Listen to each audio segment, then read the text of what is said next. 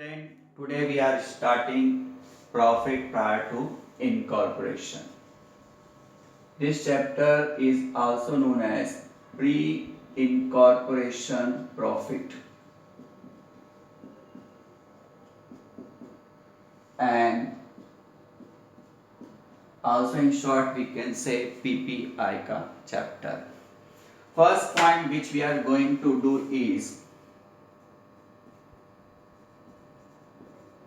meaning of PPI.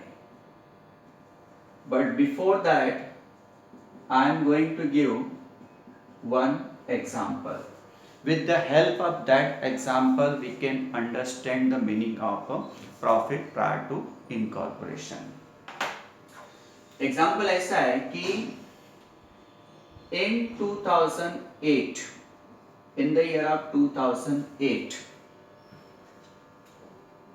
दो friend Raja and other one is Rani. They started their partnership firm. Okay? Partnership firm.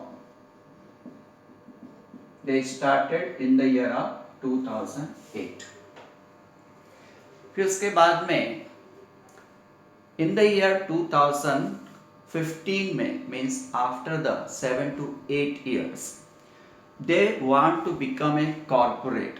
उन्हें सोचा कि हम अपने पार्टनरशिप फर्म को क्यों ना एक लार्ज लेवल पे लेके जाए. ये पार्टनरशिप फर्म हम कब तक चलाएंगे. Now they decided to become a corporate and they want to convert their partnership firm into the company. Now they decided these things in the year 2015 में, in the year 2015. ठीक है.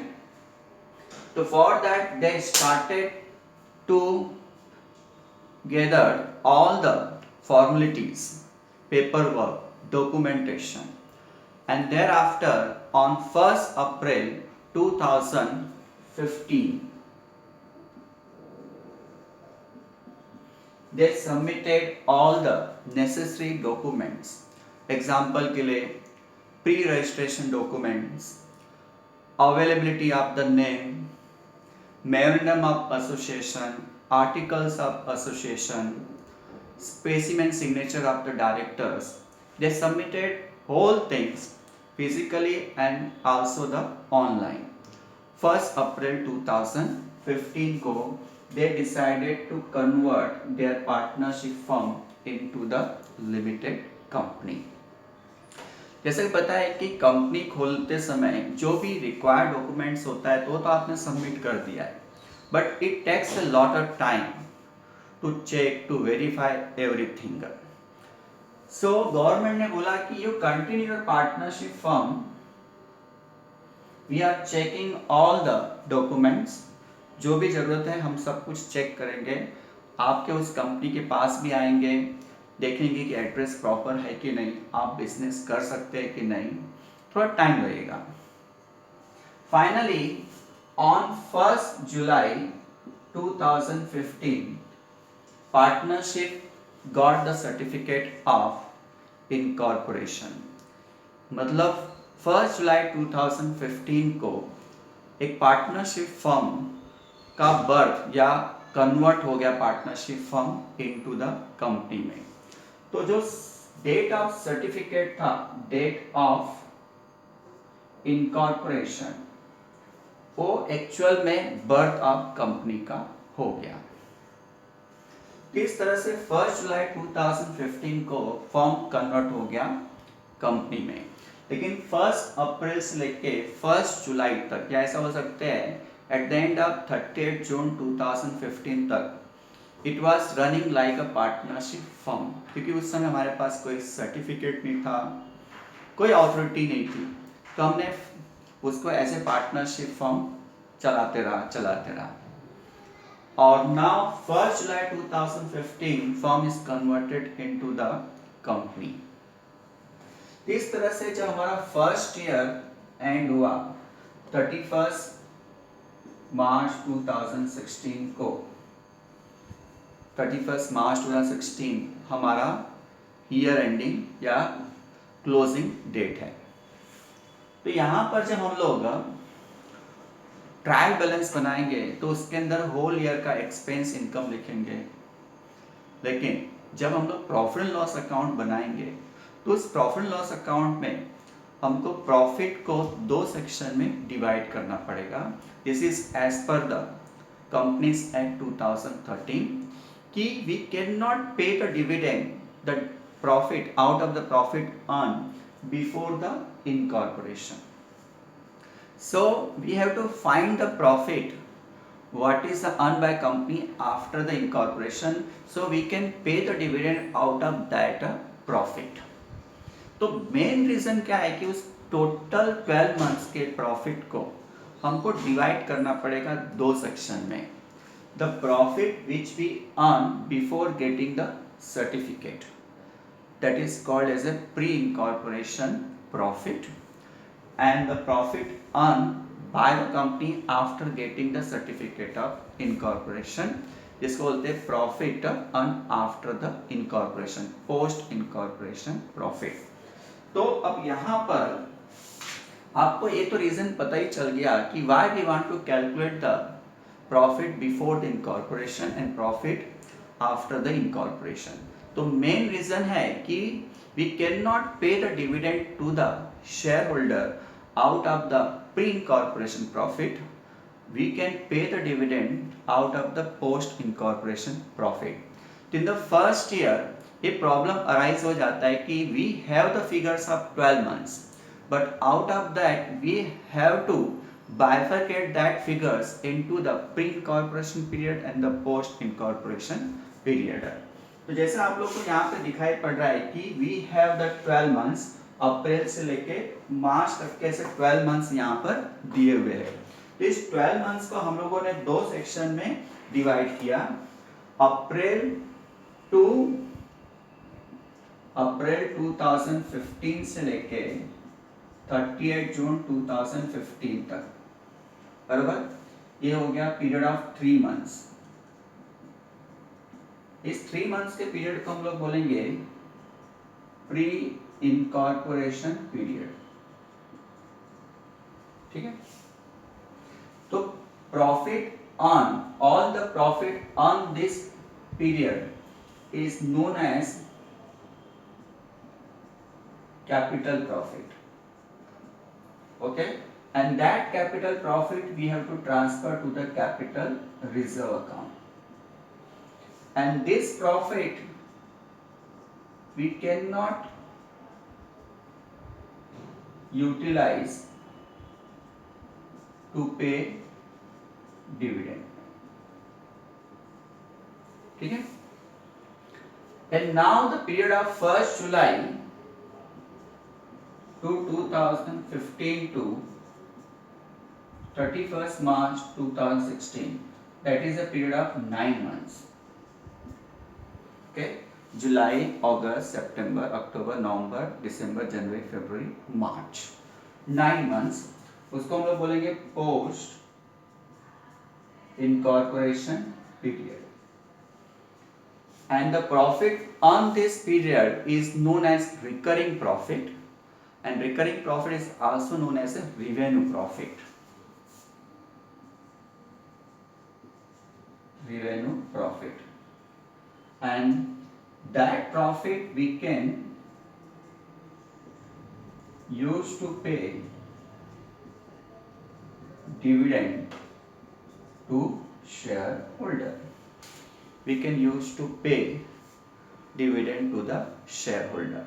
तो यहाँ पे आपको क्लियर हो गया होगा कि profit of this period is known as a pre profit earned before the incorporation, pre-incorporation profit, and profit earned to this period is known as a post-incorporation profit। तो आपको इसका मीनिंग समझ में आ गया कि why we have to bifurcate the income and expenses between the pre and the post incorporation period, because we want a profit which the company earned before the incorporation and profit which earned by the company after the incorporation. तो ये आपको concept clear हो गया कि why we are doing this chapter and what is the meaning of the profit prior to incorporation. एक छोटा सा example लेते हैं, घर का एग्जांपल। आपकी एज 18 ईयर्स की हो गई और आपको अब 2 व्हीलर का लाइसेंस चाहिए, तो आरटीओ में आप जाते हैं। समझो आरटीओ में आप 1 अप्रैल 2015 को गए, तो आरटीओ वाला क्या बोलता है कि सर आप अपना जो भी डॉक्यूमेंट्स है, एज सर्टिफिकेट हो गया, एड्रेस, आइडेंटिफिकेशन, सब कुछ यहाँ पर सबमिट कर दीजिए। और उस समय आपको एक लर्निंग लाइसेंस मिलता है कि आप इस लर्निंग लाइसेंस को रखिए, लेकिन आपको पक्का लाइसेंस थोड़े दिन के बाद ही मिलेगा, नियर अबाउट आफ्टर 1 या 2 मंथ्स के बाद ही मिलेगा, जब हम लोग देखेंगे कि you are capable to drive और नॉट। उसके बाद आप 1 महीना 2 महीने तक प्रैक्टिस करते हैं और फिर आरटीओ में जाते हैं, तो आरटीओ वाला क्या करता है, आपका टेस्ट लेता है। उस समय आप अपने 2 व्हीलर को या कार को ठीक से चला लेते हो, तो आपको एक पक्का सर्टिफिकेट मिलता है, लाइसेंस मिलता है। उस लाइसेंस से आप आगे ठीक से आराम से पूरे फ्री होके ड्राइविंग कर सकते हो। सेम यहाँ पर है कि जिस समय आपने डिसाइड किया कि we want to convert our sole trading concern या partnership firm into the limited company, उस समय government do not give certificate to you, because government भी देखना चाहते हैं कि यू आर कैपेबल और नॉट, कि आप बिजनेस कर सकते हो क्या नहीं कर सकते हो। क्योंकि कंपनी खोलना कोई आसान काम नहीं। कंपनी खोलने के बाद आप मार्केट से पैसा उठाओगे, पब्लिक का पैसा आप यूज़ करोगे, कल को उस पैसे को आपने मिस यूज़ किया तो पब्लिक गवर्नमेंट को चिल्लाती है। तो गवर्नमेंट क्या करती है, आपका टेस्ट लेती है, वो देखती है 1-2-3 महीने तक कि आप बिजनेस ठीक से कर पा रहे हो कि नहीं। आपका रिकॉर्ड देखती है, आपका परचेस रिकॉर्ड, सेल्स रिकॉर्ड देखती है। फाइनली जब उसको तसल्ली हो जाता है कि now you can do large type of business, उस समय आपको इनकॉर्पोरेशन सर्टिफिकेट मिलता है। तो इस पीरियड में जो कुछ भी आपने किया, इस पीरियड को हम लोग क्या बोलते हैं, अप्रैल से 1 जुलाई या 30 जून के पीरियड को pre incorporation period, and profit on this period is known as a capital profit, या जिसको बोलते हैं हम लोग प्री इनकॉर्पोरेशन प्रॉफिट। और profit earn from 38 means after 30 June means 1 July to the 31 March is known as a post incorporation period, and profit on this period is known as a profit post incorporation profit। तो ये आपका concept clear हो गया कि profit prior to incorporation क्या होता है। अब यहाँ पर हम लोग देखेंगे कि हमारे पास जो सम आता है उस सम को किस तरह से सॉल्व करते हैं। तो हमको सम में ट्रायल बैलेंस दिया होगा, इनकम एक्सपेंसेस का रिकॉर्ड दिया होगा, बैलेंस शीट का रिकॉर्ड दिया होगा। थोड़ी देर के लिए हम बैलेंस शीट के रिकॉर्ड को अलग कर देते हैं, क्योंकि balance sheet at the end बनाते हैं, उसके लिए कोई प्रॉब्लम होता है, उसके लिए बैलेंस शीट जिस तरह से हम लोग बनाते हैं उस तरह से ही करना पड़ता है। यहाँ पर हमको ट्रेडिंग अकाउंट और प्रॉफिट एंड लॉस अकाउंट पे कॉन्सेंट्रेट करना है। तो मैंने क्या किया है कि सम को सॉल्व करते समय सम को 3 स्टेप में सॉल्व करेंगे। सबसे पहला स्टेप देखेंगे कि हमको सम में ग्रॉस प्रॉफिट दिया है कि नहीं दिया है। If they are not given the gross profit, तो first step we have to prepare the trading account and find out the gross profit. और सेकंड स्टेप पे आते हैं कि जब हम लोग प्रॉफिट एंड लॉस अकाउंट बनाएंगे तो ऑब्वियस है कि प्रॉफिट लॉस अकाउंट में हर एक फिगर्स को हमको डिवाइड करना पड़ेगा। प्री इनकॉर्पोरेशन का एक्सपेंस और इनकम, पोस्ट इनकॉर्पोरेशन का एक्सपेंस और इनकम। तो we have to prepare the profit loss account in columnar form, that is pre incorporation period column and the post incorporation period column. तो pre and post में expense और income को लिखने के लिए हमारे पास कोई बेसिस होना चाहिए, कोई रेशो होना चाहिए। तो हम लोग क्या करेंगे, सेकंड स्टेप में 2 रेशो निकालेंगे, टाइम रेशो और सेल्स रेशो। अब एक टाइम रेशो क्या है उसको कैसे निकालते हैं, सेल्स रेशो क्या है उसको कैसे निकालते हैं, और थर्ड थिंग्स कौन से एक्सपेंस और इनकम को टाइम रेशो में डिवाइड करते हैं, कौन से एक्सपेंस और इनकम को सेल्स रेशो में डिवाइड करते हैं, वो हम लोग डिस्कस करने जा रहे हैं। तो हम लोग आते हैं how to solve the sum, and for that what we are going to use the steps.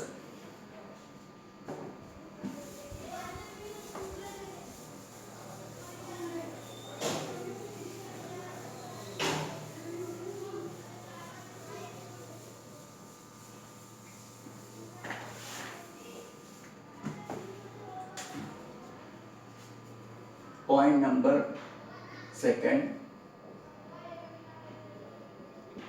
How to solve सम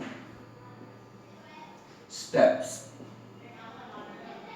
ठीक है, तो स्टेप नंबर 1 है prepare trading account for the year, prepare trading account for the year in case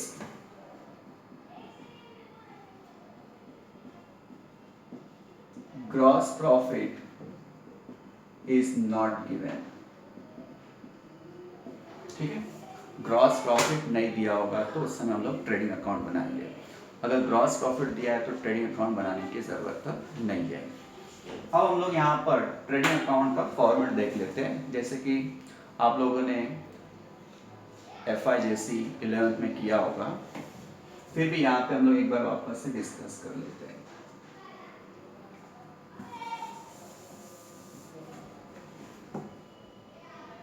तो trading account का format जैसे कि हमको पता है कि trading account having the two side, debit side and the credit side. तो debit side start with the opening stock,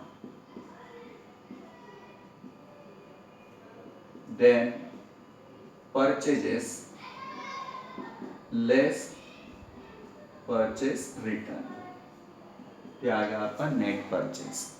ठीक है, देयर आफ्टर कैरेज इनवर्ड,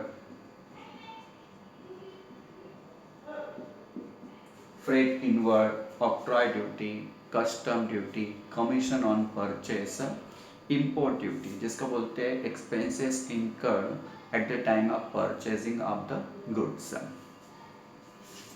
फिर उसके बाद में हमारा फैक्ट्री एक्सपेंस आता है, wages, motive power, royalty on production, factory rent, factory insurance, ये सब क्या है आपके फैक्ट्री एक्सपेंसेस है। On the credit side we have sales less sales return, क्या आ गया आपका net sales. Then on the credit side by closing stock. ठीक है, एट द एंड जो भी हमारे पास स्टॉक होता है उसको हम लोग क्लोजिंग स्टॉक बोलते हैं। Now close the trading account, credit side will be heavier than the debit side. तो जो डिफरेंस आएगा उसे हम लोग क्या बोलते हैं ग्रॉस प्रॉफिट क्रेडिट डाउन। ठीक है, तो इस तरह से ट्रेडिंग अकाउंट बना के हम लोग ग्रॉस प्रॉफिट निकाल सकते हैं और एक ग्रॉस प्रॉफिट बाद में कहाँ जाएगा प्रॉफिट एंड लॉस अकाउंट में चला जाएगा। कि जब हम लोग ग्रॉस प्रॉफिट को प्रॉफिट लॉस अकाउंट में लिखते हैं तो gross profit is related with the sales. जब आपका सेल होता है तब आपको ग्रॉस प्रॉफिट होता है। तो more sale means more gross profit, less sale मतलब लेस ग्रॉस प्रॉफिट। इसका मतलब gross profit is related with the sales not with the time. तो ग्रॉस प्रॉफिट को डिवाइड करने के लिए हम लोग बेसिस जो लेंगे that is a sales ratio. तो SR में सेल्स रेशियो में ग्रॉस प्रॉफिट को डिवाइड करते हैं। हाँ, अगर सम में सेल्स रेशियो नहीं दिया है तो उस समय we can use the time ratio, लेकिन मोस्टली ऐसा होता नहीं है। तो फर्स्ट स्टेप जो है जब हम लोग प्रॉब्लम को सॉल्व करेंगे कि see there is a gross profit in the sum और not. If gross profit is not given in the sum तो prepare the trading account and find out the gross profit. तो आपका step number 2 है। अब step number 1 था, sorry it was step number 1। Now step number 2 है calculate time ratio sales ratio. ठीक है, calculate time ratio and the sales ratio. अब time ratio किस तरह से निकालते हैं वो ऑलरेडी हमने डिस्कस कर लिया है। तो मैंने जब एग्जांपल बताया था 1 अप्रैल 2015 टू 1 जुलाई 2015 ये 3 मंथ्स का पीरियड हुआ, और 1 जुलाई टू 31 मार्च 2016 ये 9 मंथ्स का पीरियड हुआ। तो 3 मंथ्स एंड 9 मंथ्स, इसको ही बोलते हैं हम लोग टाइम रेशो। तो 3:9, जिसको हम लोग बोल सकते हैं 1:3। तो यहाँ पे मैं फिर से करके बता देता हूँ कि किस तरह से टाइम रेशो निकालते हैं, बराबर। तो टाइम रेशो निकालने के लिए आपको एक स्ट्रेट लाइन ड्रॉ कर लेना चाहिए। स्ट्रेट लाइन में आप क्या करेंगे, 3 डेट लिखेंगे, ठीक है। First, when the company or partnership firm taken a decision to convert their firm into the company, इसका हम लोग ने नाम दे दिया ओपनिंग डेट 1 अप्रैल 2015 को। उसके बाद second date incorporation date, when the company received the certificate of incorporation, ये है आपका 1 जुलाई 2015। And what is the year ending date? Year ending date, that is 31st March 2016। तो ये जो पीरियड है 3 मंथ्स का, और ये जो पीरियड है ये क्या होगा आपका 9 मंथ्स। तो 3 और 9 मंथ्स, तो इसी को बोलते हैं हम लोग टाइम रेशियो 3:9, और इसको कट करके लिख सकते हैं 1:3। This is a time ratio, बराबर। तो एक टाइम रेशियो इस तरह से निकालते हैं, जितने भी सम करेंगे उसके अंदर टाइम रेशियो इसी तरह से निकाला जाता है। यहाँ पे आपको एक नोट याद रखना है, note.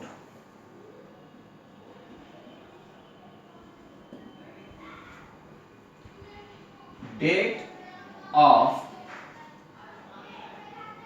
commencement of business is immaterial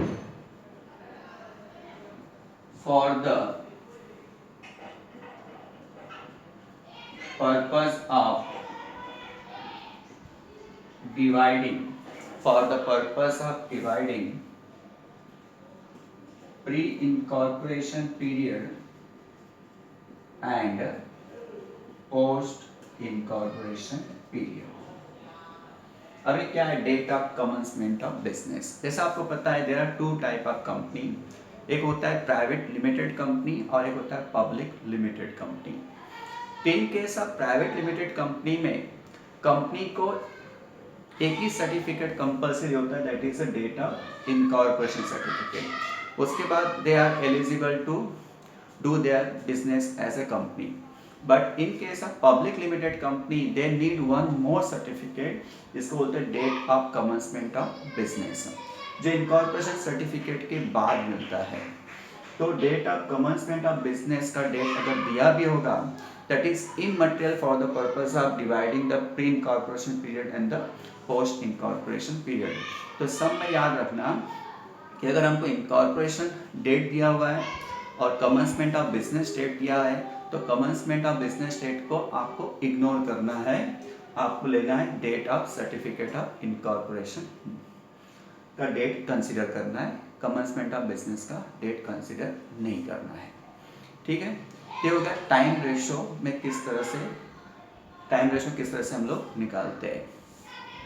अब यहाँ पर हम लोग देखेंगे सेल्स रेशो किस तरह से निकालते हैं। तो उसके लिए हम लोग सेल्स रेशो यहाँ पे करते हैं।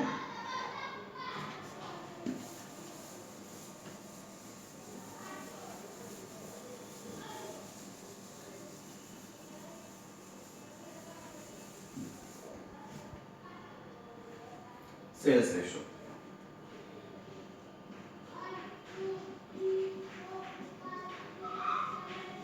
नॉर्मली पूरे साल का वो लोग सेल्स का अमाउंट देंगे।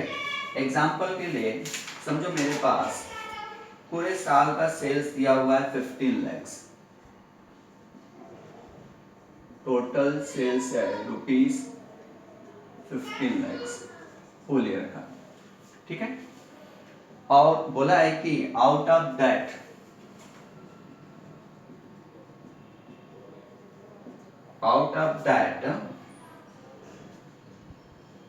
pre-incorporation sales is rupees 2 lakhs per month. Out of that pre-incorporation sales is rupees 2 lakhs per month. जैसा भी हमने सम किया, टाइम रेशो निकाला, तो टाइम रेशो में 3 मंथ्स और 9 मंथ्स हमारा आया हुआ है। तो इसी तरह से हम लोग इस 15 lakhs को दो सेक्शन में डिवाइड करेंगे। प्री का जो सेक्शन है वो है 9 मंथ्स और पोस्ट का जो सेक्शन है, प्री का जो सेक्शन है वो 3 मंथ्स है और पोस्ट का सेक्शन जो है वो है तुम्हारा 9 मंथ्स। 3 मंथ्स और 9 मंथ्स। तो pre incorporation sales is 2 lakhs पर मंथ, तो 2 lakhs इंटू 3 मंथ्स, ये हो गया आपका 6 lakhs। तो 15 lakhs में से 6 lakhs प्री इनकॉर्पोरेशन का सेल्स हो गया। तो बाकी का बैलेंस सेल्स कितना बचा? 15 lakhs माइनस 6 lakhs, 9 lakhs बचा। ठीक है, तो 6 lakhs और 9 lakhs, पूरे 15 lakhs को हमने डिवाइड कर दिया 6 lakhs और 9 lakhs में। तो इसका मतलब रेशो तैयार हो गया, सेल्स रेशो 6:9, और इसको शॉर्ट करेंगे तो 2:3 हो गया। ये हो गया आपका सेल्स रेशो। तो हर सम में they will give some instruction about the sales of pre incorporation and the post incorporation. तो स्टेप नंबर सेकंड था, फर्स्ट स्टेप था prepare the trading account when the GP is not given, second find out the time ratio and the sales ratio. अब यहाँ पर हमको एक चीज दिमाग में डाल देना है कि कौन कौन से एक्सपेंसेस या इनकम ऐसे जो टाइम रेशो के हिसाब से डिवाइड होंगे और कौन कौन से एक्सपेंसेस और इनकम ऐसे जो सेल्स रेशो के डिवाइड होंगे, सेल्स रेशो के हिसाब से डिवाइड होंगे, और कुछ एक्सपेंस और इनकम ऐसे जो स्पेसिफिक होते हैं वो पर्टिकुलर पीरियड से ही रिलेट करते हैं। तो हम लोग देखते हैं यहाँ पर एक लिस्ट तैयार करते हैं। उस लिस्ट में आपको पता चलेगा कि कौन कौन से एक्सपेंसेस इनकम है जो टाइम रेशियो में डिवाइड होता है। तो आप लोग इस लिस्ट को पूरी तरह से याद कर लो, बाय हार्ट कर लो।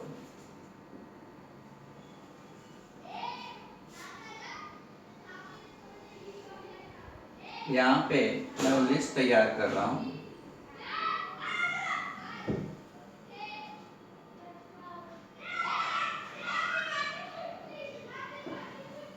ठीक है, तो allocation of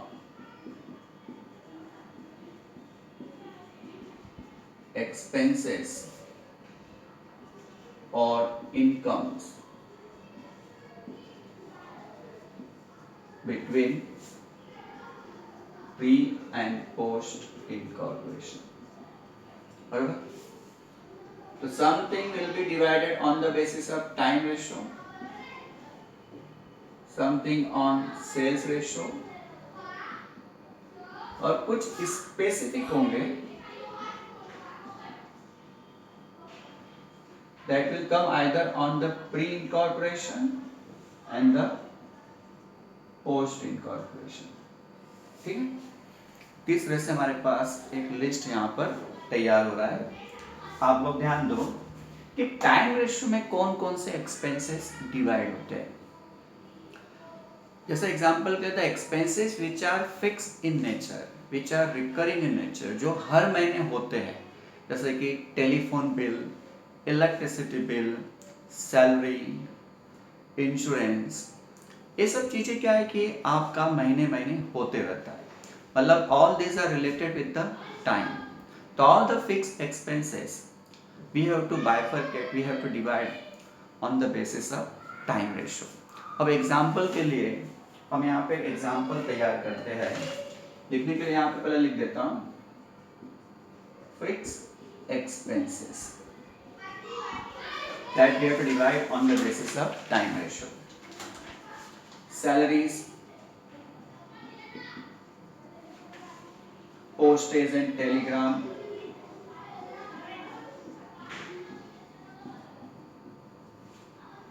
printing and stationery,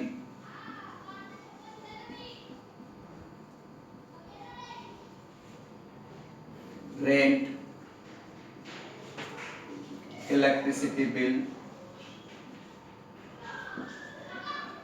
telephone bill,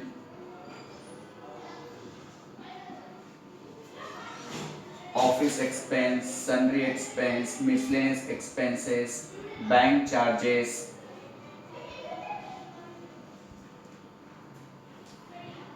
convince,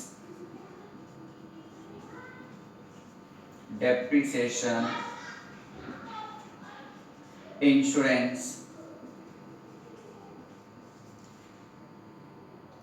repairs and maintenance,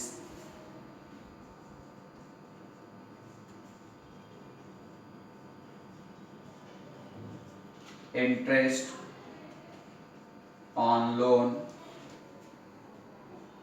audit fees. बराबर, ये सब जो एक्सपेंसेस है all these are related with the time. इन सब एक्सपेंस को हम लोग डिवाइड करेंगे on the basis of time ratio. अब सेल्स एक्सपेंस, सेल्स रेशो में वेरिएबल एक्सपेंस जो होते हैं, वेरिएबल एक्सपेंस बोल सकते हैं या तो selling expenses, selling and distribution expense, selling and distribution expenses. Example के लिए जिस महीने आपका सेल ज़्यादा होगा उस समय उसके एक्सपेंस भी ज़्यादा होंगे।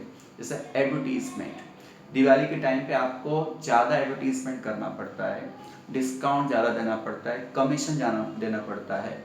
वहीं पे अगर आपका ऑफ सीजन है तो आपका एडवर्टीजमेंट कम होगा, डिस्काउंट कम होगा, कमीशन कम होगा। तो ये सब जो एक्सपेंस होता है सेल्स से रिलेट होता है, तो that we have to divide on the basis of sales ratio. Example के लिए discount allowed,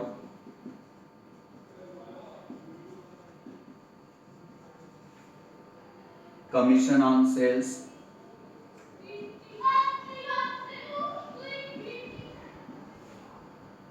traveling expenses,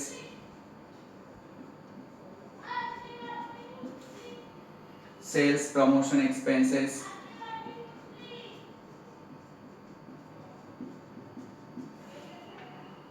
exhibition expenses,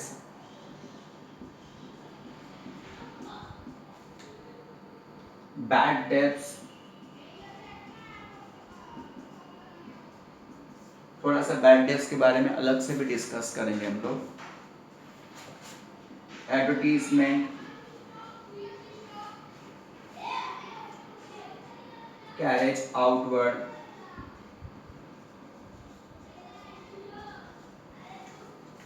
packing expenses, forwarding expenses, carriage outward जिसको बोलते हैं freight outward, selling and distribution expenses, delivery expenses. बराबर, इन सब expense को, और एक होता है सेल्समैन कमीशन, तो ऑलरेडी में कमीशन लिखा हुआ है। तो ये सब एक्सपेंसेस को हमको सेल्स रेशो में डिवाइड करना होता है। अब हम लोग नेक्स्ट आते हैं स्पेसिफिक। स्पेसिफिक का मतलब होता है कि कोई एक्सपेंस आपका किसी एक पर्टिकुलर पीरियड से रिलेट करता है। अब एक छोटा सा एग्जांपल ले दो, पार्टनर सैलरी। तो 1 अप्रैल 2015 को राजा और रानी ने डिसाइड किया था कि हमको आगे चल के डायरेक्टर बनना है, लेकिन 1 अप्रैल से लेके 1 जुलाई तक उनको कोई सर्टिफिकेट नहीं मिला था इनकॉर्पोरेशन का, और वो अपने एग्जिस्टिंग बिजनेस को उसी तरह से एज ए पार्टनरशिप ही कंटिन्यू कर रहे थे। और जैसे उनको सर्टिफिकेट मिल गया तो पार्टनर से क्या बन गए, डायरेक्टर्स बन गए। तो अप्रैल से लेके जून के एंड तक वो एज ए पार्टनर ही उस फर्म को कंटिन्यू कर रहे थे। उसके बाद वो डायरेक्टर बन गए, तो partner salary, interest on partners capital, ये सब कहाँ जाएगा, प्री इनकॉर्पोरेशन पीरियड में जाएगा, क्योंकि पोस्ट इनकॉर्पोरेशन में पार्टनर्स होते ही नहीं है, वो डायरेक्टर्स हो जाते हैं। तो डायरेक्टर्स फीस कहाँ जाएगा, पोस्ट इनकॉर्पोरेशन पीरियड में जाएगा। तो ऐसे बहुत सारे एक्सपेंस है जो प्री और पोस्ट इनकॉर्पोरेशन में ही आते हैं। जैसे एग्जांपल के लिए loss by fire, profit loss account का डेबिट साइड लिखना है। अब वो फायर कब ऑकर्ड हुआ, आग आपके गोडाउन में कब लगा, अगर 1 अप्रैल से लेके 1 जुलाई के बीच में हुआ होगा तो लॉस बाय फायर खाली प्री में ही आएगा। और बाद में हुआ होगा 1 जुलाई के बाद, तो लॉस बाय फायर खाली पोस्ट में ही आएगा। उसी तरह से किसी असेट्स को आपने सेल किया तो उसके ऊपर प्रॉफिट या लॉस हुआ, वो कब आपने सेल किया, प्री इनकॉर्पोरेशन पीरियड में सेल किया तो उसका प्रॉफिट और लॉस प्री कॉलम में ही जाएगा, पोस्ट कॉलम में नहीं जाएगा। बराबर। तो इस तरह से यहाँ पर स्पेसिफिक जो भी आइटम्स है उसका लिस्ट में बनाता हूँ। तो partner salary,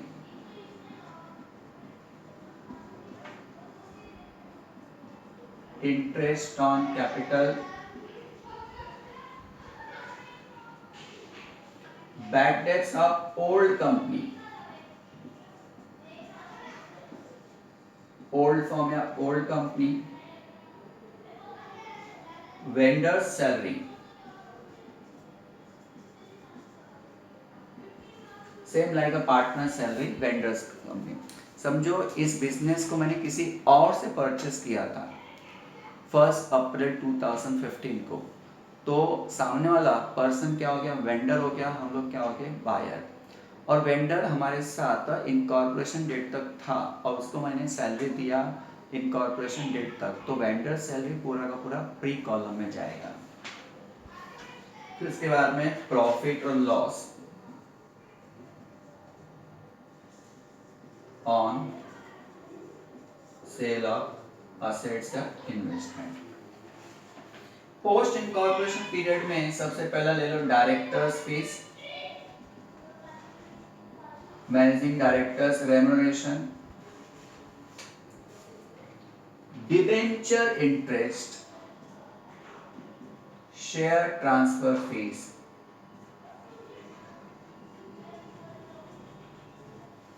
without incorporation company cannot issue the debenture or shares into the market।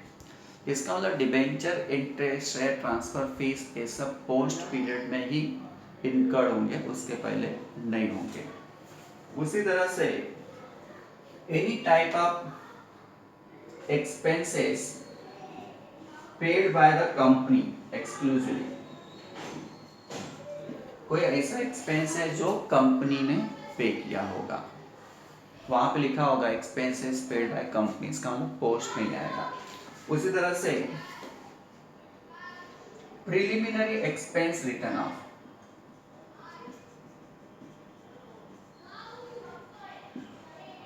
अब प्रिलिमिनरी एक्सपेंस रिटर्न ऑफ, कभी भी कंपनी को चालू करने के लिए बहुत खर्च होते हैं, जैसे बताया था मेमोरेंडम बनाना है, आर्टिकल्स बनाना है, आपको बार बार गवर्नमेंट के डिपार्टमेंट में जाना है, तो ये जो खर्च होते हैं कि एक बिजनेस, एक कंपनी को चालू करना है, बहुत ज़्यादा होता है। तो इन एक्सपेंस को हम लोग बोलते हैं प्रिलिमिनरी एक्सपेंसेस।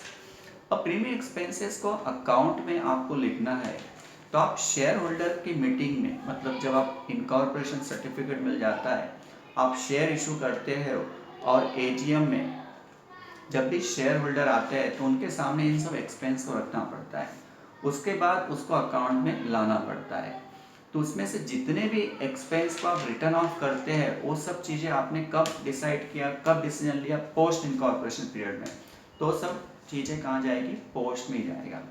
तो premium expense return of, under writing commission return of, discount on issue of shares return of, तो ये सब चीज़ें हम लोग एजीएम में ही डिसाइड करते हैं। तो under writing commission return of,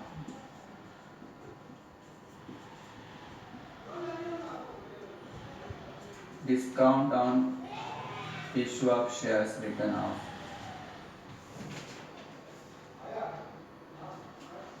premium expense को बोलते हैं फॉर्मेशन एक्सपेंसेस रिटर्न ऑफ, ठीक है, गुडविल रिटर्न ऑफ। तो इस तरह से हम लोग देखा कि पोस्ट इनकॉर्पोरेशन में कौन कौन से एक्सपेंसेस आते हैं। तो हमने यहाँ देखा टाइम रेशो, सेल्स रेशो और स्पेसिफिक पीरियड एक्सपेंसेस। अब थोड़ा सा इनकम पे भी ध्यान दे देते हैं, जो प्रॉफिट लॉस अकाउंट के क्रेडिट साइड में आता है। तो सबसे पहला आता है ग्रॉस प्रॉफिट। तो ग्रॉस प्रॉफिट को मैं बताया कि that we have to bifurcate on the basis of sales ratio. अब लिखा है रेंट रिसीव्ड, इंटरेस्ट रिसीव्ड। अब ये जो चीज होता है इंटरेस्ट रिसीव्ड, रेंट रिसीव्ड, ये एक तरह से फिक्स इन नेचर है, तो that we have to divide on the basis of time ratio. Discount received, when we purchase in bulk तो we get the discount, इसलिए डिस्काउंट रिसीव्ड का relation purchase के साथ है। अगर सब में परचेज का अमाउंट प्री एंड पोस्ट का दिया है तो discount received we have to divide on the basis of purchase ratio, otherwise we can divide on the basis of time ratio. ये हो गया आपका इनकम। यहाँ पे हमने देखा किस तरह से हम लोगों ने एक्सपेंस और इनकम को डिवाइड किया between the pre and the post incorporation. एक टॉपिक इसके अंदर हम देखेंगे बैड डेट, साथ साथ में interest on the purchase consideration या interest paid to the vendor, वो हम लोग थोड़ी देर के बाद में डिस्कस करेंगे। तो स्टेप नंबर 2 था कि calculate the time ratio, sales ratio, and then how we calculate the time ratio, sales ratio, and which are the expense income that we have to divide on the basis of time ratio, sales ratio, also specific period expenses income। ये सब हम लोगों ने discuss कर लिया। ये step number 2 था। First step था ट्रेडिंग अकाउंट बनाना है when the GP is not given, second calculate the time ratio, sales ratio. अब थर्ड स्टेप आता है prepare the profit and loss account in columnar form, that is pre and the post incorporation, वो हम लोग यहाँ पर करते हैं।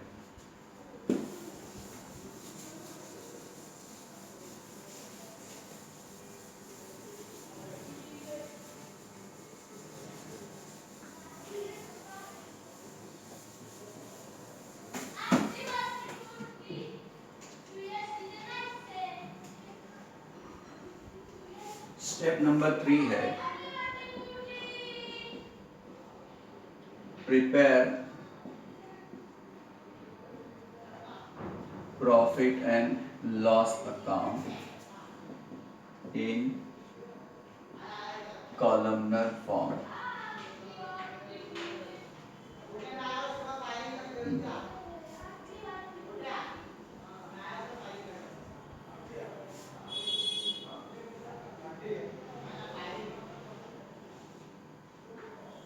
ठीक,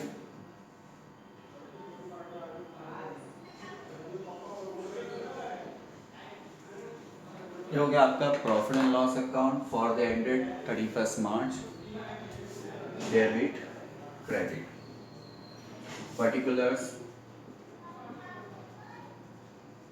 बेसिस टाइम रेशियो में कि सेल्स रेशियो में,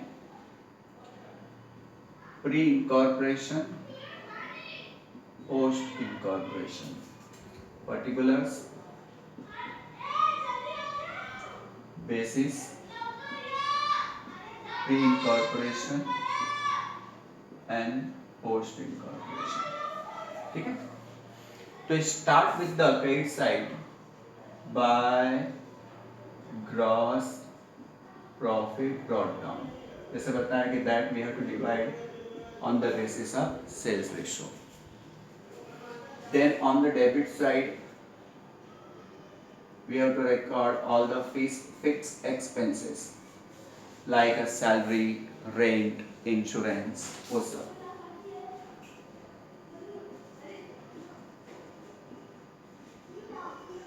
insurance etc, that all will be the time ratio।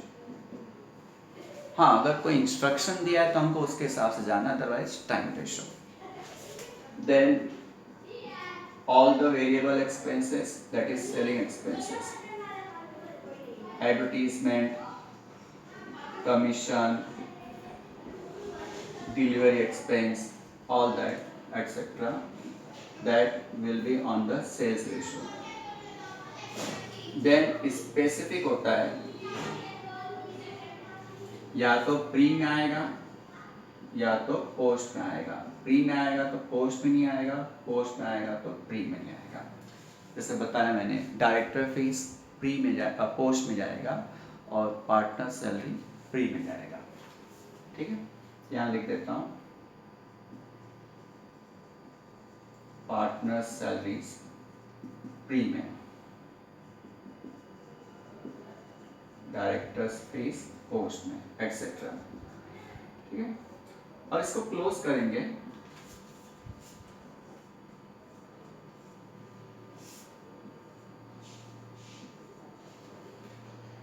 यहाँ पे क्रेडिट साइड में थोड़ा सा लिख देता हूँ, जैसे कि इंटरेस्ट ऑन फिक्स्ड डिपॉजिट है, रेंट रिसीव्ड है, और profit on sale of assets है, इन्वेस्टमेंट असेट्स। जैसे interest on fixed deposit through out the year है तो टाइम रेशियो में होगा, रेंट रिसीव्ड भी थ्रू आउट द ईयर है, या आपने अपनी प्रॉपर्टी को पोस्ट इनकॉर्पोरेशन पीरियड में दिया होगा तो रेंट रिसीव्ड खाली पोस्ट में ही जाएगा, बराबर। तो एज द केस में भी यहाँ पे मैं लिख देता हूँ, एज द केस में भी profit on sale of assets भी, कब आपने अपने असेट्स को सेल किया, प्री पीरियड में कि पोस्ट पीरियड में। अगर प्री में सेल किया होगा तो पूरा प्री में जाएगा, और पोस्ट पीरियड में सेल किया होगा तो पूरा पोस्ट में जाएगा, एज द केस में भी। ठीक है, अब इसका टोटल करेंगे प्री का,